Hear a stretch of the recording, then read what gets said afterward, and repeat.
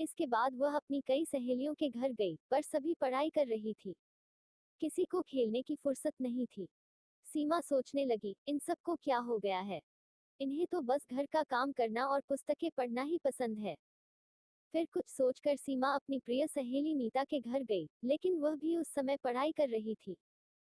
सीमा ने उसकी पुस्तक बंद करते हुए कहा, क्या हरदम तोते की तरह पुस्तकें रटती रहती हो? चलो, बाहर खेलने चलते हैं। सीमा, वार्षिक परीक्षा निकट है। मुझे पढ़ाई करनी है, इसलिए मैं तुम्हारे साथ खेलने नहीं चल सकती। तुम भी अपने घर जाकर पढ़ाई करो, वरना इस बार फिर फेल हो जाओगी। सीमा उदास मन से लौटने लगी, तभी उसे नीता की आवाज सुनाई दी।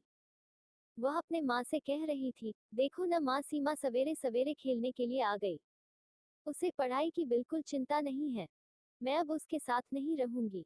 जब देखो तब वह अपनी सुंदरता की चर्चा करती रहती है। माँ, मुझे तो वंदना बहुत अच्छी लगती है। वह बहुत मेहनती है।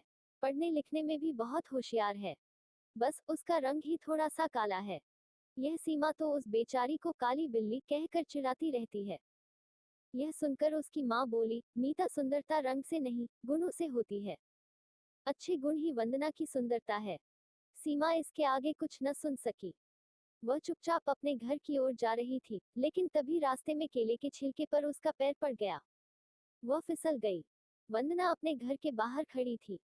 उसने सीमा को गिरते देखा तो तुरंत दोनों हाथ पकड़कर उसे बड़े प्यार से उठाया।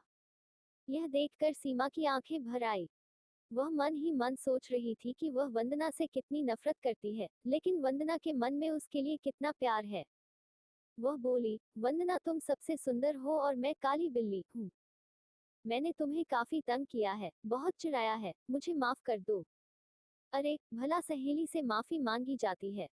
सचमुच सीमा ने अपनी सुंदरता पर घमंड करना और वंदना को चिढ़ाना छोड़ दिया।